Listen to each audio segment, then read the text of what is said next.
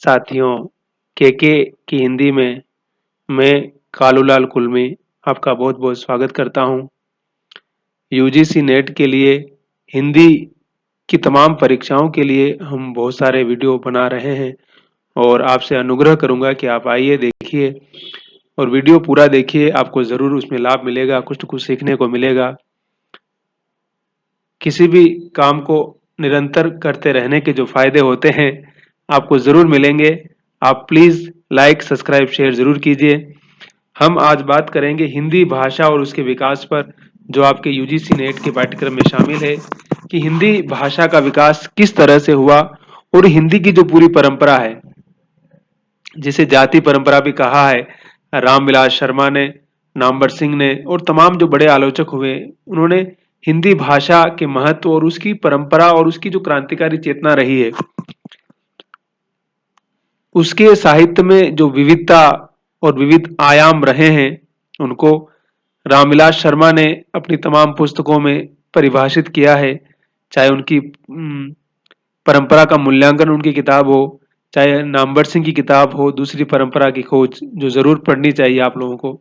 अगर आप भारतीय समाज और संस्कृति के विकास के जो तमाम आयाम हैं उनको समझना चाहते हैं तो, क्योंकि उन्होंने उस किताब में दूसरी परंपरा की खोज में हजारी प्रसाद द्विवेदी के पूरे चिंतन को फिर से परिभाषित करते हुए, फिर से व्याख्यायित करते हुए नए आयाम के साथ हमारे सामने प्रस्तुत किया है।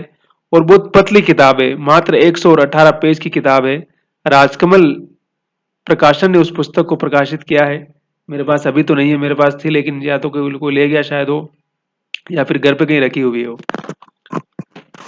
हम हिंदी भाषा के विकास की बात करेंगे और हिंदी भाषा, चाहे आर्य भाषा परिवार की बात करें हम, चाहे दक्षिण के द्रविड़ भाषा परिवार की बात करें, जो स्टालिन का जो मॉडल है ना, जिसको हम पेरियार परंपरा भी कहते हैं, द्रविड़ परंपरा भी कहते हैं, और वो बार बार नॉर्थ इंडिया और साउथ इंडिया के बीच एक बहुत सारा कहते हैं ना कि पूरा अलग अलग, पूरा ट्रेडिशन अलग है। जैसे लोग कहते हैं ना कि इस्लाम की पूरी परंपराएं अलग है, हिंदू धर्म की परंपराएं अलग है, वैसे ही अगर आप देखेंगे तो दक्षिण भारत की जो पूरी भाषा को लेकर है, रीति रिवाज, तमाम चीजें अलग है। और वैसे ही जैसे ही हम उत्तर भारत की सारी परंपराओं के साथ उसको जोड़ना शुरू करेंगे, तो आप पाएंगे कि उत्तर भारत की कहते हैं ना पूरी जाति चेतना एकदम अलग है। जिसमें उत्तर प्रदेश और बिहार की बात अलग करेंगे तो वो अलग हो जाएगा, फिर छत्तीसगढ़ मध्य प्रदेश की बात अलग हो जाएगी, राजस्थान की बात अलग हो जाएगी। तो उन सारी उत्तराखंड की बात अलग हो जाएगी, उत्तरांचल की बात अलग हो जाएगी, है ना। तो उस सारे आयाम को अगर हम समझेंगे भाषा के माध्यम से या उसकी सांस्कृतिक विरासत के माध्यम से, तब उसके बहुत सारे पहलू कहीं न कहीं हमारे सामने खुलते हुए नजर आएंगे। और भारत की सबसे प्राचीन भाषा संस्कृत बताई जाती रही है, और जिसका प्राचीनतम रूप ऋग्वेद में मिलता है, इसी की उत्तराधिकारी है। और इसी परंपरा से आप जानते हैं कि हिंदी भाषा भी उस पूरी परंपरा के भीतर से ही अपने आप को डेवलप करती है, अपने आप को विकसित करती है। और आज़ादी से पहले आप जानते हैं कि हिंदी और उर्दू को लेकर फिर बाद में विवाद हुआ, और ये जो द्विराष्ट्र का सिद्धांत हमारे सामने आया कि हिंदू अलग है और मुस्लिम अलग है, इसलिए दो राष्ट्र बनना चाहिए। सर सैयद अहमद खान ने इस थ्योरी को डेवलप किया, और बाद में सावरकर, इन तमाम लोगों ने फिर डेवलप किया अपने तरीके से, है ना। तो भाषा किस प्रकार से राष्ट्र या राष्ट्रीय चेतना का हिस्सा बनती है। और आप देखते हैं बाद में कि फिर बांग्लादेश बनता है, वो भी बंगाली के आधार पर बनता है, जो पाकिस्तान से कट के बनता है, जिसको हम पूर्वी पाकिस्तान पहले कहा करते थे, क्योंकि पाकिस्तान ने उर्दू को अपनी सब भाषाओं की सबसे प्रमुख बना दिया और मुस्लिम डोमिनेट हो गए। बांग्लादेश में भी मुस्लिम थे लेकिन उनकी भाषा बंगाली थी, वो एक अलग विषय, हम उस पर नहीं जाएंगे। तो भारतीय आर्य भाषाओं के काल को प्राचीन भारतीय आर्य भाषा का काल 1500 ईस्वी पूर्व से लेकर के 500 ईस्वी पूर्व तक का समय माना गया है। फिर मध्यकालीन समय है, 1500 ईस्वी से 1000 ईस्वी तक का समय है। फिर आधुनिक काल का आर्य भाषा का समय 1000 से अभी तक का जो समय है ना। ये मोटा मोटी इन्होंने तीन तरह से भाषा के बंटवारे को किया है काल के आधार पर। और प्राचीन भारतीय आर्य भाषा काल में वैदिक संस्कृत, लौकिक संस्कृत दो भाषाएं थी। देखिए संस्कृत के भी दो रूप थे, लौकिक संस्कृत अलग थी और शास्त्रीय संस्कृत थी। देखिए संस्कृत के साथ विडंबना ये हुई कि संस्कृत को जो तमाम उस दौर के विद्वान थे, सत्ता के संचालक थे, या जो सब कुछ करता धरता थे, उन्होंने उसको आम जन से काट दिया। चंद लोगों को पढ़ने लिखने का अधिकार दिया, चंद लोगों को शास्त्र रचने का अधिकार दिया। और भाषा की जो सहजता है, स्वाभाविकता है, वो क्या है? भाषा हमेशा लोक में बहती रहती है। भाषा हमेशा जीवंत चीज है। भाषा कोई मृत चीज है कि नहीं है कि आपने किसी को फ्रेम करके जड़ दिया आपने तस्वीर में, उसके बाद हमेशा जिंदा रहेगी। भाषा ऐसे नहीं है। भाषा तो नदी की तरह हमेशा बहने वाली है। कहीं भी आप उसको रोक करके बोलेंगे कि नहीं इस भाषा पर मेरा कब्जा है, सिर्फ इसको सिर्फ मैं ही बोलूंगा, इसमें लिखा हुआ शास्त्र, इसमें लिखा हुआ ज्ञान, सिर्फ पढ़ने का अधिकार अगर सिर्फ और सिर्फ मेरे ही पास है और बाकी लोगों को उससे वंचित करूंगा, तो भी भाषा अपने आप लोक से कट जाएगी। इसलिए आप कालिदास के नाटकों में आप देखते हैं कि कालिदास के उस दौर में जो शूद्र पात्र होता है उस नाटक में, वो संस्कृत नहीं बोल रहा होता है, वो प्राकृत बोल रहा होता है। और जो ब्राह्मण चरित्र है वो संस्कृत बोल रहा होता है। तो जब भाषा में आप इस हद तक डिस्क्रिमिनेशन पैदा कर देंगे, तो उस भाषा की स्थिति क्या होगी और उस समाज की विडंबना क्या होगी, उस समाज में कितना अधिक डिस्क्रिमिनेशन होगा, कितना अधिक भेदभाव होगा। या आप वर्ण व्यवस्था के जो आधार है उन तमाम आधारों के मंतव्य या उसके केंद्र में जाकर के समझ सकते हैं।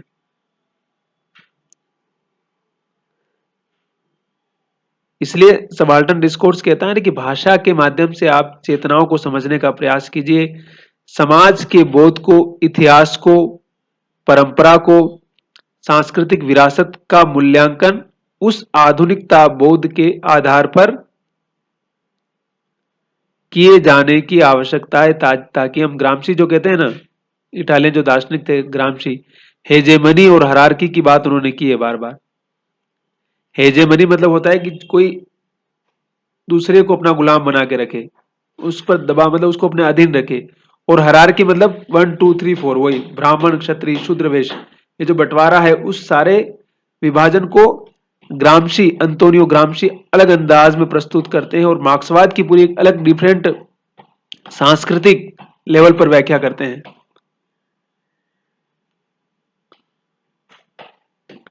तो अगर हम उस संदर्भ को समझेंगे तो हम समझ पाएंगे कि भारतीय समाज में जो वर्ण व्यवस्था का जो पूरा सिस्टम है, तो ग्रामशी को उस संदर्भ में समझेंगे। और अगर उसके बाद क्या लग अंबेडकर साहब को समझ सकते हैं आप, फूले साहब को समझ सकते हैं आप, कबीर को समझ सकते हैं आप। देखिए जब तक उस चेतना से समाज नहीं जुड़ता है, उस वास्तविक सोच के साथ समाज अपने आप को नहीं जोड़ेगा, तब तक समझे कि वो अपने इतिहास को, अपनी परंपरा को और उसके विकास की जो पूरी अवधारणा है, उसके विकास का जो पूरा एक नया जो नजरिया, जिसको कहते हैं ना कि रिफॉर्म की बात बार बार की जाती है, तो रिफॉर्म को समझना, चाहे वो भाषा के लेवल पर हो, चाहे आर्थिक कंडीशन के लेवल पर हो, या चाहे सांस्कृतिक विरासत के लेवल पर हो, तब हम उसको उस संदर्भ के साथ जोड़ करके समझ सकते हैं।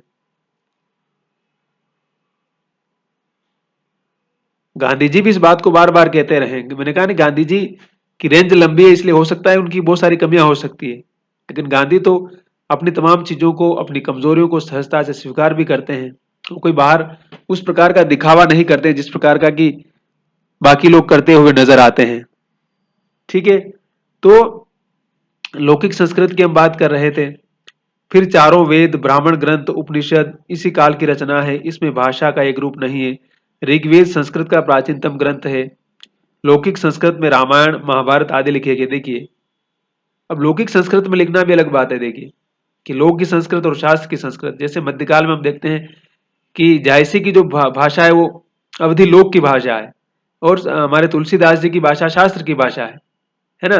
तो ये कवियों में, रचनाकारों में इस प्रकार का बोध होता है हमेशा कि कोई कोई सत्ता की वंदना में लगा हुआ है तो कोई लोक के साथ खड़ा है। तो वो लेखक की अपनी चेतना, लेखक की अपनी सोच, उसकी अपनी अनुभूतियां क्या कहती है उस पर डिपेंड करता है। इसलिए कह रहा है कि रामायण महाभारत लोक की भाषा में, लोक संस्कृत है, उसमें लौकिक शब्द बहुत ज्यादा है, लेकिन बाकी जो आपके शास्त्र है वो संस्कृत निष्ठ शब्दावली है। यानी कि आप क्लिष्ट भाषा में अगर बात करेंगे तो साधारण लोगों तक पहुंचना आपके लिए एक बहुत ही मुश्किल और असंभव सा उपक्रम रहेगा हमेशा। इसलिए प्रेमचंद कहते थे ना कि सरल भाषा में लिखना बहुत ज्यादा कठिन है। मनुष्य का सरल बने रहना कहते हैं ना कि बहुत बड़ी चुनौती होती है हमेशा। गांधी ने इस चुनौती को स्वीकार किया। भले ही दुनिया किस तरफ जा रही है, लोग क्या कह रहे हैं, वो अलग मुद्दा है, क्योंकि आपको आलोचनाएं और समालोचनाओं का सामना तो हमेशा करना पड़ेगा। अगर आपने एक अलग रास्ता चुना है, एक अलग रास्ते का चुनाव किया है, तो उसकी कीमत तो चुकाने के लिए इंसान को हरदम हमेशा तैयार रहने की आवश्यकता है। अगर वो उसके लिए तैयार नहीं है तो फिर उस रास्ते पर उसको चलने की आवश्यकता नहीं है। ठीक है। इस काल की भाषा योगात्मक थी, उसमें धातु रूप सुरक्षित है, भाषा में संगीतात्मकता है, और लोक भाषाओं का बहुत सारा भंडार इस पे है। ठीक है। फिर देखिए मध्यकालीन आर्य भाषा में तीन भाषाएं कौन कौन सी थी। पाली भाषा, आप जानते हैं, जिसमें सारा बौद्ध साहित्य उसमें लिखा हुआ है। 1500 ईस्वी पूर्व से 1 ईस्वी तक का समय माना जाता है। फिर प्राकृत भाषा 1 ईस्वी से 500 ईस्वी तक भाषा। प्राकृत में कौन सा है, प्राकृत में जैन जो साहित्य है वो सारा प्राकृत में है। फिर अपभ्रंश का साहित्य 500 ईस्वी से 1000 ईस्वी तक का साहित्य, जो भी ये हिंदी की ही मतलब कहते हैं कि पूर्व भाषा है अपभ्रंश, तो क्योंकि हिंदी अपभ्रंश के भीतर से ही निकली है। सरपाद और तमाम महत्वपूर्ण कवि इसमें होते हैं, है ना। तो हम कहते हैं ना कि पाली प्राकृत अपभ्रंश की बात करते हैं हम। फिर मध्यकाल में ब्रज और अवधि की बात, हिंदी परिप्रेक्ष्य में बोल रहा हूं मैं। बाकी आप द्रविड़ भाषा की परंपरा में करेंगे तो यहाँ अलग पूरी परंपरा है। तो हिंदी भाषा का विकास भी उसी उपक्रम में, उसी क्रम में होता है। तो पाली बौद्ध साहित्य की भाषा है, प्राकृत जैन साहित्य की भाषा है, और अपभ्रंश तो हिंदी की ही कह सकते हैं कि मदर है, क्योंकि हिंदी के जो शब्द है वो अपभ्रंश से ही परिमार्जित होकर के, मॉडिफाई होकर के आगे रूप में आते हैं, तत्सम से वो तद्भव रूप में तब्दील हो जाते हैं। तो इस तरह से ये जो भाषा के विकसित होने का जो क्रम है, भाषा के निर्मित होने का जो क्रम है, वो चलता रहता है। फिर मैंने बताया ना कि पाली को मागधी भाषा भी कहते हैं। देखिए मागधी भी कहा जाता है। बौद्ध धर्म की भाषा भी है। बौद्ध साहित्य पाली में लिखा हुआ है। इसमें 3 त्रिपिटक माने जाते हैं, सूत, विनय और अभिधम, 3 त्रिपिटक है, मतलब इनके 3 प्रमुख ग्रंथ है ये। फिर प्राकृत, प्राकृत बोलचाल की भाषा होने के कारण इसको पंडितों की भाषा नहीं कहा जाता। ये भी आम बोलचाल में हमेशा प्रचलित रही है।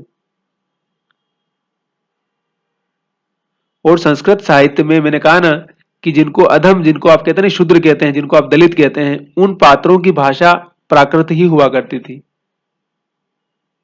इससे आप उस साहित्य की और उस समाज की चेतना का भी अंदाजा लगा सकते हैं कि उस समाज की चेतना आखिर किस तरह की थी।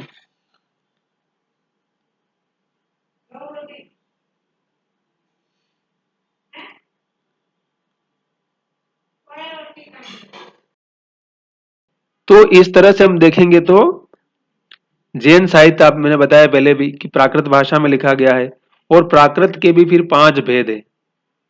शोरसेनी प्राकृत, ये मथुरा शूरसेन जनपद में बोली जाती थी। इसे मध्य देश की बोली भी कहा जाता है। मतलब जहां जहां जैन लोग गए वहां जैन लोग बहुत ही अल्पसंख्यक मात्रा में हिंदुस्तान में है, लेकिन आप देखेंगे तो तमाम बिजनेस में, तमाम व्यापार में सबसे अधिक डोमिनेंट है। 99% बिजनेस पर उन्हीं लोगों का कब्जा है।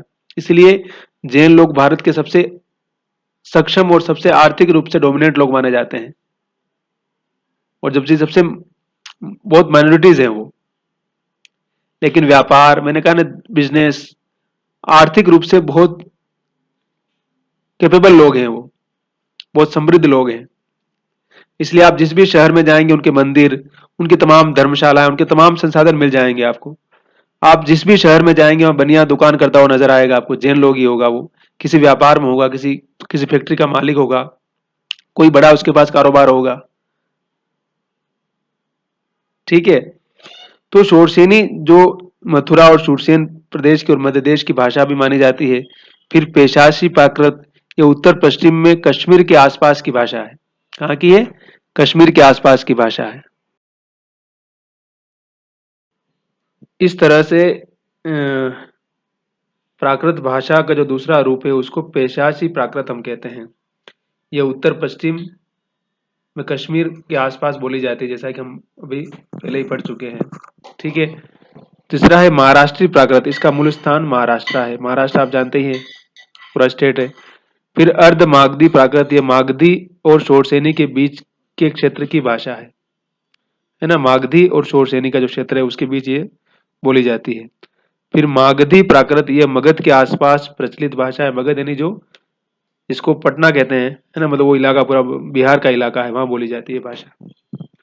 तो जैन लोग उधर भी गया था, राजस्थान में भी है, साउथ में भी है कई जगह पर। यहाँ हसन के आसपास उनका बड़ा एक स्थान है जैन लोगों का।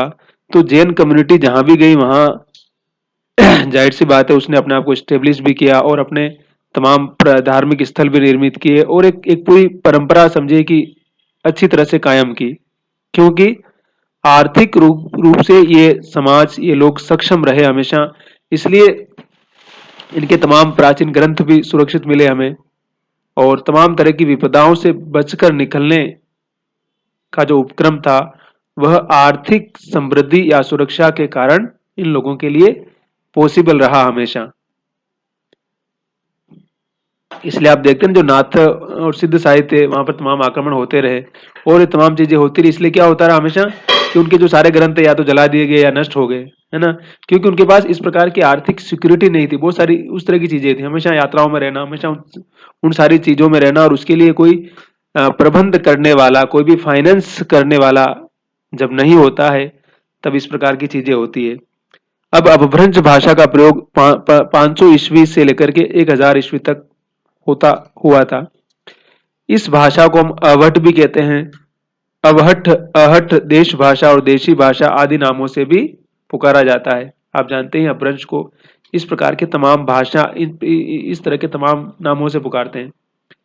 नामवर सिंह ने इस पर बड़ा रिसर्च किया है और उनकी किताब है हिंदी के विकास में अपभ्रंश का योग, जिसमें उन्होंने पूरा शोध करके अपभ्रंश के तमाम आयाम, तमाम प्राचीन जो ग्रंथ मिले हैं उसकी शैलियां, भाषा, उसके क्षेत्र, जनपद, है ना, उनको पूरा विस्तार के साथ, काफी मोटी 300-400 पेज की किताब है वो, जो कि उस जमाने में उनका एमए का रिसर्च था नामवर जी का।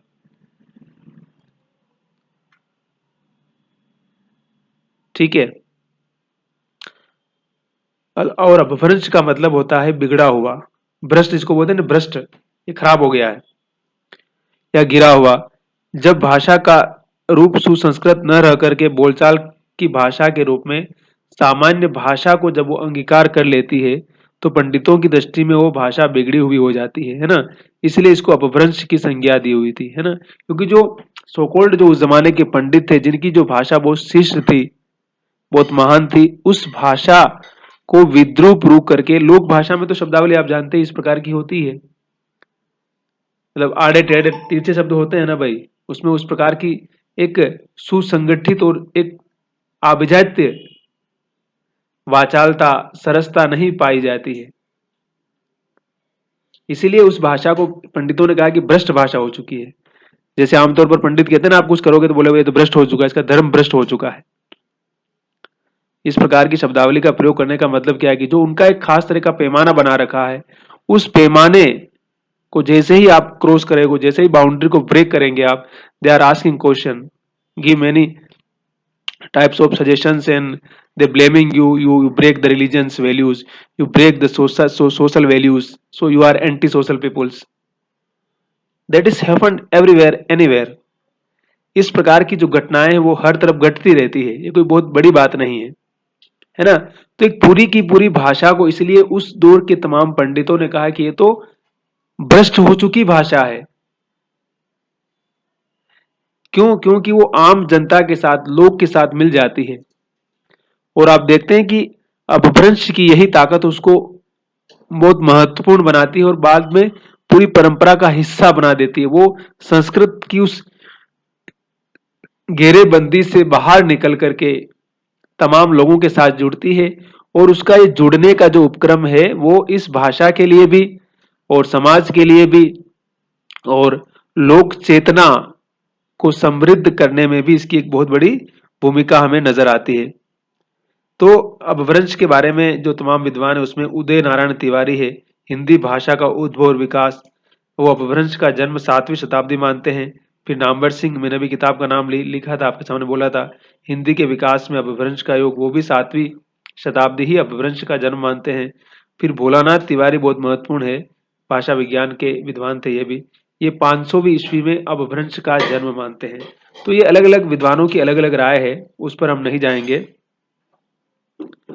और अपभ्रंश का जो प्रयोग है वो कालिदास के नाटक विक्रमोर्वशीयम में उपयोग करते हैं। और मैंने कहा ना कि उसमें जो निम्न वर्ग से जो पात्र आते हैं वो भाषा संस्कृत न बोल करके अपभ्रंश या प्राकृत बोलते हैं, क्योंकि वो क्षुद्रों की भाषा है। तो जिस समाज में भाषा तक आपको बोलने का हक नहीं है, वहां अगर अंबेडकर साहब पानी के लिए मूवमेंट कर रहे हैं, और दक्षिण भारत में आपको पता है कि इस प्रकार की प्रथा थी कि जो दलित महिलाएं थी वो अपने स्तन नहीं ढक सकती है, अगर आपको ढकना है तो उसके लिए टैक्स देना होगा। त्रावणकोर जो साम्राज्य था, आप इतिहास में ढूंढ के पढ़िएगा कि वहां इस प्रकार का नियम था कि अगर दलित महिलाएं अपने स्तन ढकती है तो उनको सरकार को, राजा को टैक्स चुकाना होगा। और उनकी आर्थिक स्थिति इतनी समृद्ध नहीं, मतलब आप उससे अंदाज लगा लीजिए कि वो समाज, उस समाज की चेतना किस प्रकार की रही थी, कि जहां जो क्षुद्र हैं, जो दलित है, जो निम्न वर्ग के लोग हैं, उनका कोई आत्मसम्मान नहीं है। लेकिन आप ऊंचे पद पर है, ऊंची जाति के, तो आपका बड़ा आत्मसम्मान है, आप बड़े आदर्शवादी हैं, बड़े महान हैं, क्योंकि आप ऊंची जाति के हैं। तो जाति के नाम पर जिस प्रकार का भेदभाव इस देश में रहा है, उस इतिहास की विडंबना और उस वास्तविकता को हम कभी भी खारिज नहीं कर सकते हैं। तो इस नाटक में भी कुछ ऐसा ही है कि जो ब्राह्मण पात्र है वो तो संस्कृत बोल रहा है, क्योंकि वो पंडित है, ज्ञानी है, सब कुछ आता है उसको। लेकिन जो क्षुद्र पात्र है उसको अपभ्रंश बोलनी है, क्योंकि वो संस्कृत बोल भी नहीं सकता और उसको बोलने का अधिकार भी नहीं है। अगर आप बोलेंगे तो शास्त्र की मान्यता वहां भ्रष्ट हो रही है।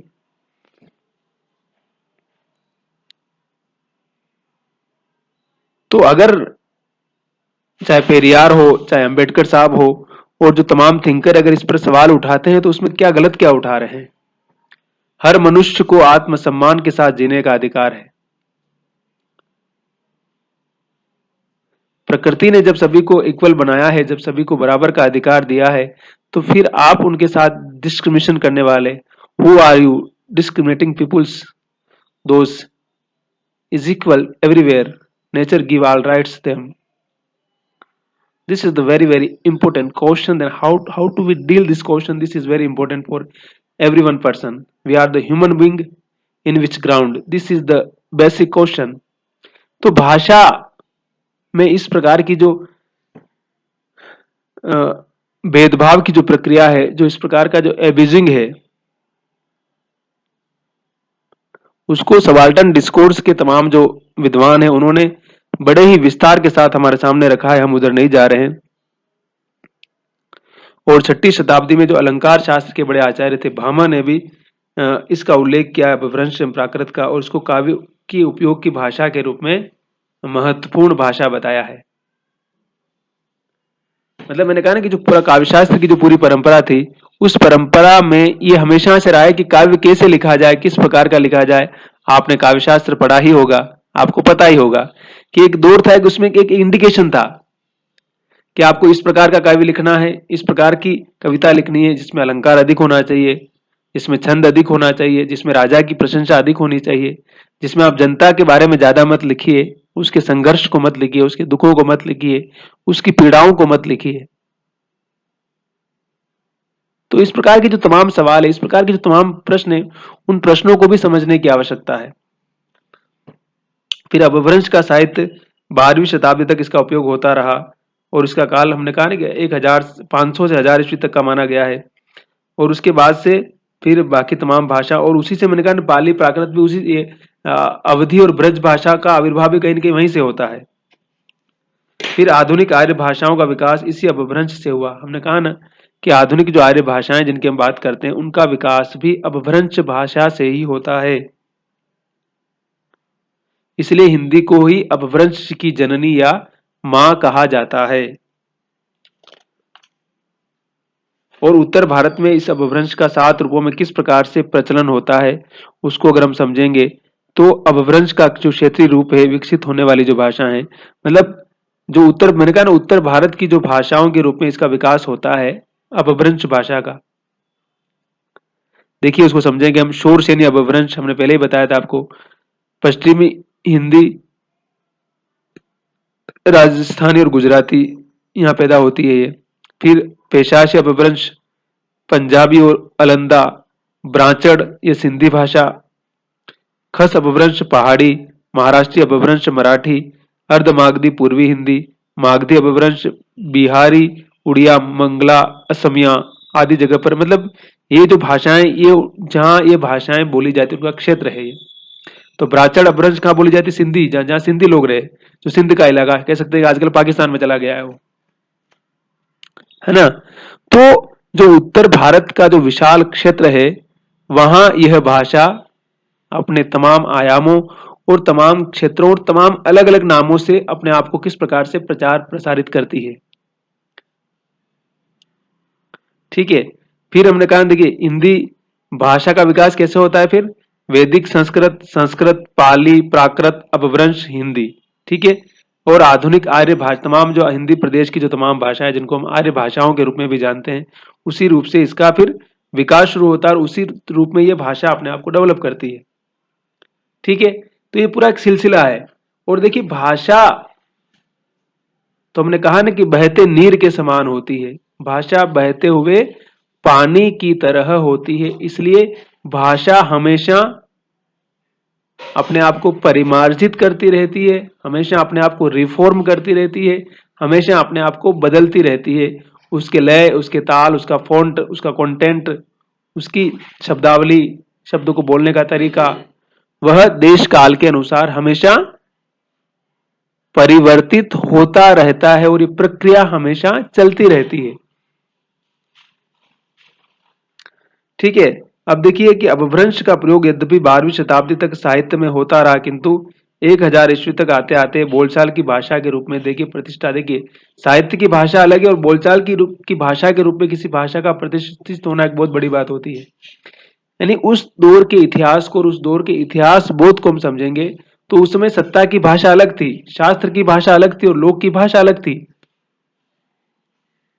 और ये जो भेदभाव था, ये जो विरोधाभास था, इस विरोधाभास को समझे बगैर हम भाषा की लोकतांत्रिक, कहते हैं ना, लोक की भाषा और शास्त्र की भाषा को समझ नहीं पाएंगे। जैसे आज आज अंग्रेजी भाषा जो है ना ज्ञान की भाषा मानी जाती है, शास्त्र की भाषा है, सत्ता की भाषा है, पावर की भाषा है। लेकिन हिंदी भाषा है, तमाम जो भारतीय जो इंडियन लैंग्वेजेज है वो क्या है? वो हाशिए पर है। इससे आप समझ सकते हैं कि आज आपको अंग्रेजी आती है, आप अंग्रेजी जानते हैं तो आप कुछ भी कर सकते हैं, कहीं भी जा सकते हैं। अगर आपको अंग्रेजी नहीं आती है तो समझिए आप सेकंड ग्रेड में आएंगे, आप फर्स्ट में नहीं आ सकते हैं। क्योंकि वो सत्ता की भाषा भी है, पावर की भाषा भी है, डोमिनेशन की भाषा भी है और एक वर्चस्व की भाषा भी है, अगर उसको उस तरह से कहेंगे। अंग्रेजों के जमाने की अंग्रेजी है, कॉलोनियल सिस्टम की भाषा पहले ही थी, लेकिन आजादी के बाद भी अगर वो इस रूप में बनी हुई है तो इसका मतलब उसके पास सारी चीजें हैं। भाई जाहिर सी बात है ना, you are, if you don't speak and you don't write and you don't understand the English, then you are nothing. This is the modern India 2025 reality. You accept or not accept, this is your problem. You only knew Hindi, you only knew Kannada, Tamil, Telugu, Punjabi, Gujarati. This is not enough for you in this era. You must know English. This is good for your employment.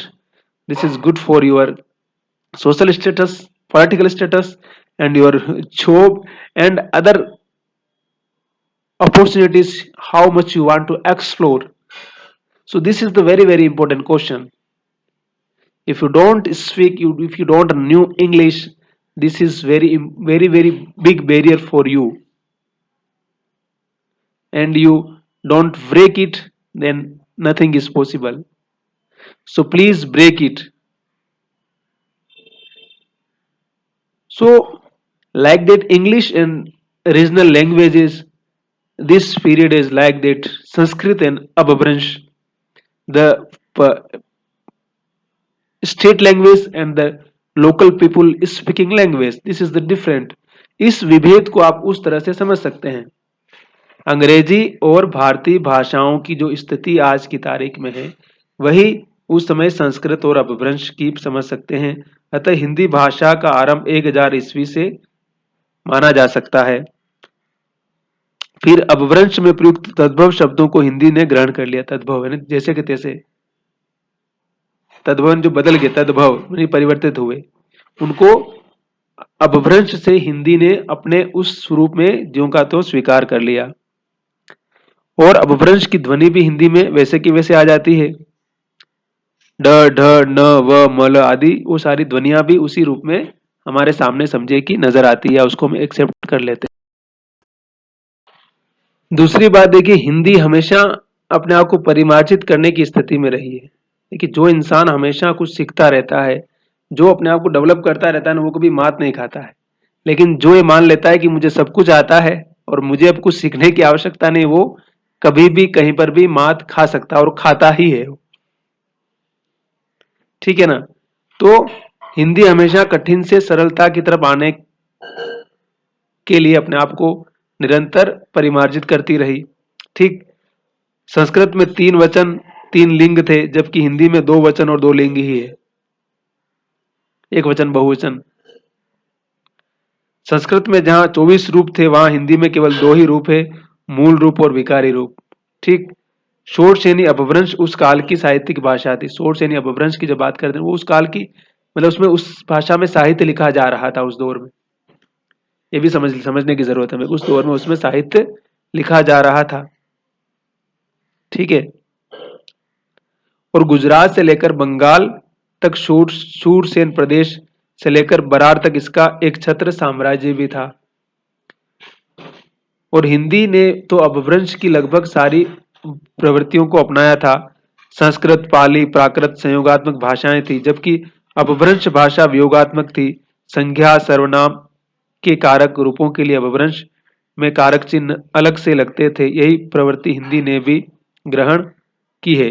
अपभ्रंश ने भी नपुंसक लिंग हिंदी की तरह नहीं है, है ना, जिसको हम थर्ड जेंडर बोलते हैं, वो उस तरह से नहीं है। लेकिन अब तो उसको भी स्वीकार किया गया और उसके लिए तमाम तरह की चीजें हो रही है, ये आप देख रहे हैं आजकल। काव्य में प्रयुक्त भाषा को अपभ्रंश भाषा कहा जाता है। देखिए काव्य नहीं, जिस भाषा में साहित्य लिखा जा रहा है उस भाषा को तो अपभ्रंश भाषा कहा गया, लेकिन जो बोलचाल की जो भाषा थी उसको देश भाषा कहा गया। ठीक है, ये अंतर भी ध्यान रखिएगा। जिस भाषा में साहित्य लिखा जा रहा है उसको अपभ्रंश भाषा, लेकिन जो उस दौर की बोलचाल की भाषा थी उसको देश भाषा के रूप में जाना समझा गया। ठीक, फिर अपभ्रंश के कुछ आचार्य शुक्ल ने अपने हिंदी साहित्य के इतिहास में उद्धृत किए जो पुरानी हिंदी को स्पष्ट करते हैं, जिसमें मुंज कवि जो 8वीं शताब्दी में हुए थे उनकी कविता को आचार्य शुक्ल ने अपने हिंदी साहित्य के इतिहास में जो 1929 में प्रकाशित हुआ था उसमें लिखे। उन्होंने क्या लिखे कि भल्ला हुआ जो मारिया बहनी मारा कंतु, लज्जेऊ तू बस्ती अहू जे भग्या घर इंतु। अर्थात भला हुआ जो मेरा कंठ युद्ध में मारा गया। हे सखी, यदि वह युद्ध क्षेत्र से कायरता पूर्वक भाग कर घर आता तो मैं सखियों में लज्जित होती, तो मैं सखियों में लज्जित होती, है ना। तो उस दौर की जो भाषा है अपभ्रंश, जिसको कहा ना कि जो काव्य की भाषा थी और जो बोलचाल की थी उसको देश भाषा के रूप में हम समझते हैं या जानते हैं, है ना। तो ये भाषा के उस विभेद को भी हमें समझने की आवश्यकता है। से कहते हैं ना कि हम कहते हैं ना खड़ी बोली बोलचाल की भाषा है और लिखने की भाषा अलग है। तो बोलचाल में तो हम हिंदी में बहुत सारे शब्द इधर उधर बोल भी देते हैं, लेकिन लिखना होगा तब आप व्यवस्थित रूप से लिखेंगे ना उसको भाई, इसलिए उसको खड़ी बोली कहते हैं, हिंदी कहते हैं हम लोग। तो इस भेद को भी समझने की हमें आवश्यकता है। उसके बाद देखिए आदिकालीन हिंदी एवं अपभ्रंश का अंतर क्या क्या है। ये सारे स्वर के अंतर है, आप देख लीजिएगा, इसको ज्यादा बात नहीं कर रहा हूं मैं। और इसमें हिंदी में शब्द भंडार तो आप जानते हैं संस्कृत से आते हैं, फारसी, तुर्की तमाम भाषाओं से आते हैं। आज जो हम हिंदी बोलते हैं उसमें तो दुनिया की तमाम भाषाओं के शब्द हम बोलते हैं और हमें पता भी नहीं कि वो किस भाषा के शब्द हैं, और वो इस भाषा में पूरी तरह से घुल मिल चुके हैं। ठीक है। अब अपभ्रंश या पुरानी हिंदी के प्रमुख कवि कौन कौन से हैं?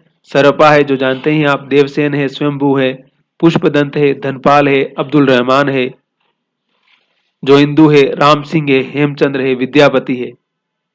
देखिए विद्यापति तक ने अपभ्रंश में लिखा है, विद्यापति तो वैसे मैथिली के हैं लेकिन अपभ्रंश में भी उन्होंने लिखा है ना। तो ये तमाम कवि हैं, तमाम लेखक है इस भाषा के। और अपभ्रंश के इस महत्व को, इसकी जो वास्तविकता है, इसको हम समझ सकते हैं। और देखिए अपभ्रंश से ही हिंदी भाषा का विकास होता है, इसलिए इसके महत्व को, इसकी वास्तविकता को हमें समझने की आवश्यकता है। और इसके महत्व को हम समझेंगे तो शायद बहुत सारी चीजें हम समझ पाएंगे। ठीक है। तो इतने आज की क्लास में बहुत बहुत शुक्रिया आपको सुनने के लिए मुझे। हम मिलते हैं अगली क्लास में, हम बात करेंगे आगे अवधि काव्य भाषा के रूप में किस प्रकार से आती है, उसका क्या स्वरूप बनता है, और हिंदी की जो पूरी परंपरा वो कैसे निरंतर फिर विकास की गति ग्रहण करती है ना। और भाषा का जो योगदान है, भाषा का जो ये महत्व है, उसके आयामों को हम आगे विस्तार से समझने का उपक्रम जारी रखेंगे। आप वीडियो पूरा देखिए, लाइक सब्सक्राइब शेयर कीजिए। के की हिंदी के नाम से हमारा चैनल है। आपका बहुत बहुत स्वागत है, आप ऐसे ही बने रहिए।